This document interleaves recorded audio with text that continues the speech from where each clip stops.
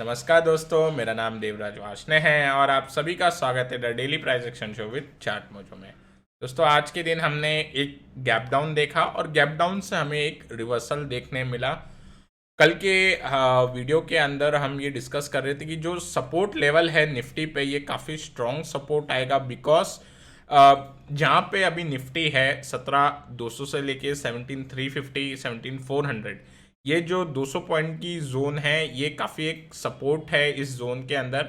और हमने देखा था पिछले 2 वीक पहले कि यहाँ पे काफ़ी बार अटेम्प्ट हुआ था तोड़ने का 17,200 के लेवल का, लेकिन वो नाकामयाब हुए थे बेयर्स उसके अंदर।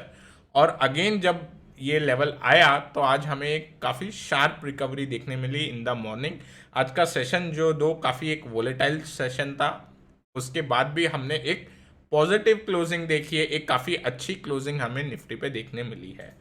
और गैप डाउन क्योंकि 400 के नीचे था और बड़े गैप के हिसाब से यहाँ पे शॉर्ट करने का कोई सेंस नहीं था। रिवर्सल प्ले ही एक अच्छा ऑप्शन था। आज मार्केट ने वही कुछ हमें दर्शाया है। अब दोस्तों, कल अगर हमें लॉन्ग जाना है मार्केट में, तो कल अगर हम टेक्निकली देखें, आज के कैंडल का हाई जो बन के आ रहा है 17,625 के आसपास, उसके हाई निकलने के बाद ऊपर के लिए हमें अगेन एक स्ट्रॉन्ग रेजिस्टेंस मिलेगा by this falling resistance line. Okay, so what we need to do, इसके अंदर हम क्या कर सकते हैं कल के सेशन के लिए। अगर हमें लॉन्ग साइड की पोजीशन जानी हो तो हमें 17,720 के लेवल का वेट करना होगा।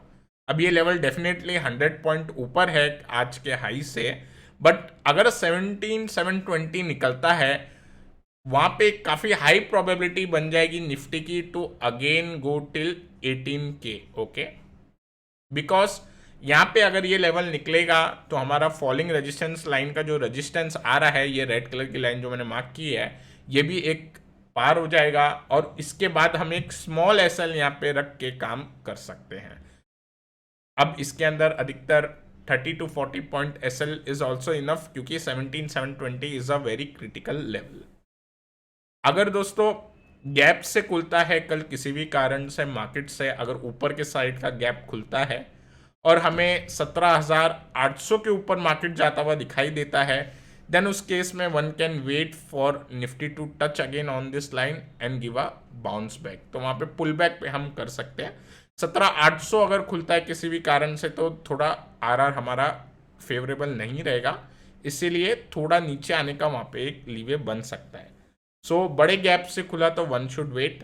तो ये जो रहा व्यू, ये अपसाइड के लिए हम प्ले कर सकते हैं। डाउन साइड के अंदर आज का लो इज नाउ वेरी इंपॉर्टेंट, और कल के सेशन में अगर मंदी कंटिन्यू होनी है तो 17,330 के नीचे जाना चाहिए मार्केट। ओके, 17,330 के अगर नीचे जाता है निफ्टी, देन 17,200 तक का ही एक प्ले बनता है, उससे ज़्यादा हम नहीं सोच सकते फिलहाल।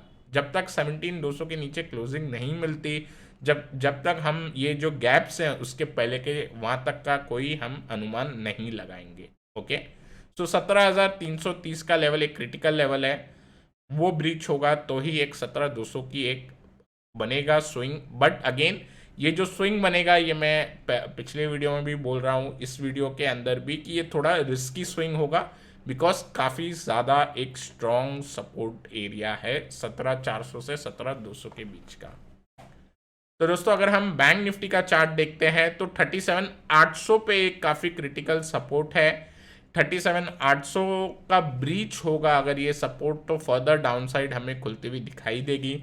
37,800 अगर ब्रीच होगा तो 37,300 का एक व्यू बनता है। बट जो आज हमें स्ट्रेंथ देखने मिली है बैंकिंग सेक्टर के अंदर, और काफ़ी सारे बैंकिंग काउंटर के अंदर भी हमें थोड़ी स्ट्रेंथ दिखाई दे रही है चार्ट्स के अंदर। तो इस वजह से अगर बैंक निफ्टी का अगर आज का हाई ब्रीच होता है तो उसमें एक लॉजिकल अपसाइड मूवमेंट के लिए प्ले किया जा सकता है।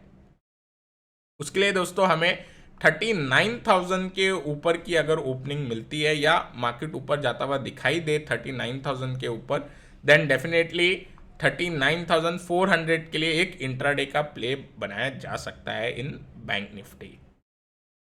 और अगर जो हमारा हाई है, जो प्रीवियस स्विंग हाई है, आप देख सकते हो यहाँ पे एक बुली बेरिश एनगल्फिंग कैंडल बनी है, इसके साथ 39,700 का लेवल है, वो ब्रीच होता है तो देन 40K एंड 40,500 एक अच्छा लेवल बनेगा। बट इंट्राडे के हिसाब से 39,400 इज द लेवल। 39,400 के लिए हम एक प्ले बना सकते हैं अगर 39,000 के ऊपर बैंक निफ्टी जाता है। दोस्तों डाउ का अगर हम एनालिसिस करें फिलहाल, तो डाउ का अगर हम चार्ट देखते हैं तो यहाँ पे Dow is trying to take a support near around 33 K. अगर यहाँ से डाउ पे एक सपोर्ट स्टेब्लिश हो जाता है तो यहाँ से एक स्विंग बन सकती है पुल बैक की, और अगर नहीं बनता है यहाँ पे, अगर डाउनफॉल कंटिन्यू होता है, then we would have to see Nifty क्या कल का फॉल फिर सस्टेन कर पाता है कि नहीं। बिकॉज सारे ही market as per this rally आप देख सकते हो, निफ्टी का चार्ट तो कुछ इस प्रकार की अपसाइड रैली दिखेगी जैसी डाउ में हुई है। सारे ही वर्ल्ड मार्केट यही फॉलो कर रहे हैं। तो कल के सेशन में अगर डाउ 32,500 के आसपास या नीचे खुला तो वो थोड़ा एक सेल ऑफ का एक रीजन बन सकता है, बट निफ्टी की जो स्ट्रेंथ दिखाई दे रही है फिलहाल, उस वजह से ये सब प्रीएम्प्ट करने का कोई फायदा नहीं है एज सच। तो लेट अस सी, मेरे को पर्सनली डाउ के पुल बैक के चांसेस लग रहे हैं। Now let us see what will happen. अब अगर हम ब्रांड के चार्ट पे एनालिसिस करें तो हमें इधर एक वेज पैटर्न बनते हुए दिखाई दे रहा है, और इसका एक ब्रेकआउट का अटेम्प्ट फिलहाल हमें दिखाई देता है। 100 के ऊपर जाते ही इसके अंदर बड़ी मूव ट्रिगर हो जाएगी, बट अगेन यहाँ से हम कोई संकेत ऐसा सच ले नहीं रहे। फिलहाल के लिए हम न्यूट्रल व्यू ही बना के चलेंगे। तो दोस्तों कल के लिए हमने जो काउंटर देखे हैं वो तीनों ही अपसाइड के हिसाब से, तो तीनों ही जो चार्ट आइडियाज़ हैं वो अपसाइड के लिए हैं। और सबसे पहला जो काउंटर हम देख सकते हैं वो है आइशर मोटर का। दोस्तों आइशर मोटर का अगर हम चार्ट देखें तो यहाँ पे 2018 का जो हाई था वो अभी निकलते हुए दिखाई दे रहा है। साथ ही साथ ये जब ब्रेकआउट हुआ था 2018 का लेवल, यहाँ पे एक रीटेस्ट भी मिला है और आज अगेन एक मूव जनरेट हुई है। तो दोस्तों कल के सेशन में 3500, ये 3,500 का जो लेवल है एक काफ़ी इंपॉर्टेंट लेवल है। 3500 के ऊपर अगर निकलता है आइशर मोटर, देन डेफिनेटली इसके अंदर एक छोटा एसएल लगा के, जहाँ पे आज ये काउंटर क्लोज हुआ है, तो एक अच्छा एक मूव मिलेगा इन इंट्राडे टिल अबाउट 3600 एंड 3700। ये दो लेवल के लिए इसके अंदर एक प्ले बनाया जा सकता है। अब दोस्तों जो अगला जो काउंटर निकल के आ रहा है वो है कोल इंडिया का। दोस्तों कोल इंडिया का अगर हम चार्ट देखते हैं तो डेफिनेटली कोल इंडिया का अगर हम चार्ट स्ट्रक्चर को अगर गौर से देखते हैं तो ये थोड़ा एक चॉपीनेस दिखाता है, या फिर अगर एक मूव बनती है, अगर आप कोल इंडिया का चार्ट देखोगे तो पिछली बार जब जब हमें कोई भी किसी भी कारणवश मूव बनते हुए दिखाई देती है तो हमें एक काफ़ी वन वे अपसाइड रैली दिखाई देती है। अगर हम कोल इंडिया का चार्ट देखते हैं तो कोल इंडिया के चार्ट के अंदर फिलहाल कोई क्लीन मूव नहीं नज़र आ रही। क्लीन मूव का मतलब अगर हम देखते हैं तो यहाँ पे जो ये अपसाइड की रैली स्टार्ट हुई है कोल इंडिया में, यहाँ पे buying sell buy and then sell, तो एक रिट्रेसमेंट के साथ, एक करेक्शन के साथ है मूव। ओके, तो दोस्तों ये इसलिए ऐसा होता है कि बिकॉज अभी भी जो बेरिश पोजीशन है या जो स्पेकुलेटर्स जो बेरिश साइड है वो अभी भी अपनी पोजीशन बिल्ड करते हैं। क्लीन मूव हमें जब दिखाई देती है बिग, जब हमें बड़े फंडामेंटल प्लेयर या short covering, intensive short covering होते हुए दिखाई देती है।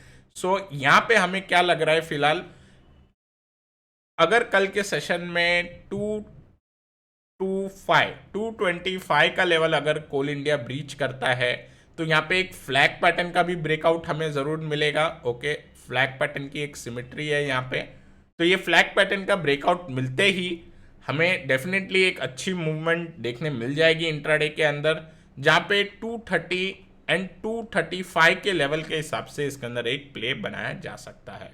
और इसके अंदर जो एसएल रहेगा, अगर हमें 225 के ऊपर जाते हुए दिखाई देता है कोल इंडिया, तो आज जहाँ पे ये काउंटर क्लोज हुआ है उसी को हम एसएल कर उसकी उसी लेवल पे हम एसएल लगा देंगे।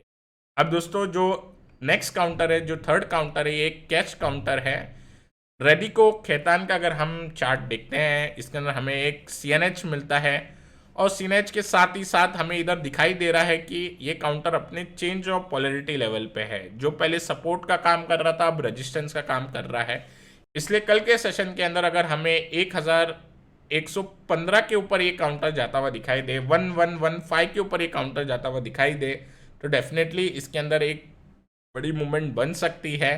पोजिशनली भी इसके अंदर व्यू अच्छा लग रहा है। सो ये तीनों काउंटर में से ये एक काउंटर है रेडिको खेतान, जिसके अंदर एक पोजिशनल व्यू भी बनाया जा सकता है।